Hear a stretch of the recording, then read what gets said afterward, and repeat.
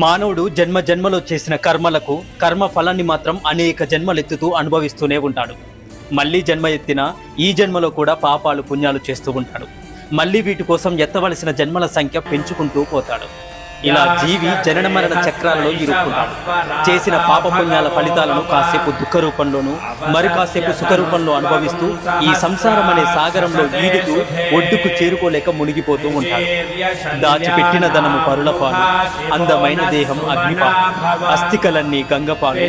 మనం చేసిన దాన ధర్మాల పుణ్యఫలం మాత్రమే మన పాలు. ఇది తెలుసుకొని అందరూ బ్రతకగలిగితే ప్రపంచమంతా శాంతి పాలు. అన్నింటినీ తట్టుకోవడమే కాదు, కొన్నింటి నుంచి కొన్ని వ్యామోహాల నుంచి తప్పుకోవడం నేర్చుకున్నప్పుడే మన జీవితం చాలా సంతోషంగా ఉంటుంది. ఒక పుష్పాన్ని ప్రేమిస్తే దానిని చెట్టు నుంచి త్రుంచకూడదు. దానిని త్రుంచితే అది వాడిపోతుంది. ఆ పుష్పంపై మనకున్న ప్రేమ వ్యర్థమైపోతుంది.